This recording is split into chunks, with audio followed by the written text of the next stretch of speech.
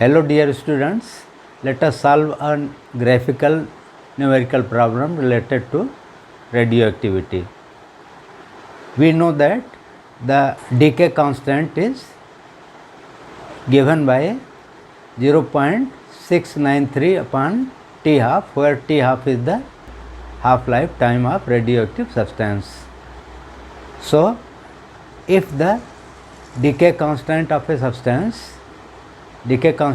a radioactive substance is large, then its time period will be small and vice versa.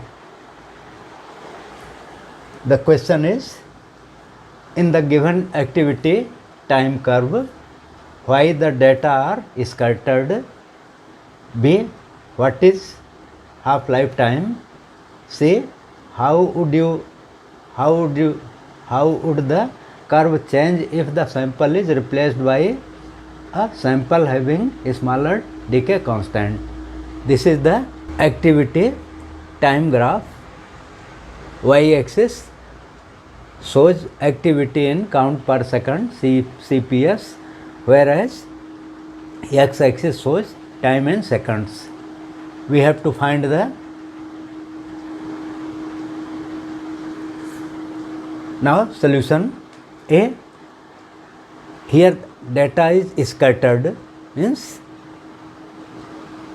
these dots are showing that data is scattered. Answer of question A, radioactive processes are purely statistical processes, that is random processes. The radioactive decay curve is exponential, however the data are scattered due to randomness of the radioactive process. Second part, here initial activity is 50 count per second, and at time t is equal to 50 seconds, the activity becomes half of 50 means 25. Therefore, half-life time of the given sample will be 50 seconds at this point. Third part, we know that half-life time is given by 0.693 upon lambda, hence the sample having a smaller decay constant. This is the graph for the sample having a smaller decay constant. It will have longer half-life time. So, it will decay slower than the sample having larger decay constant.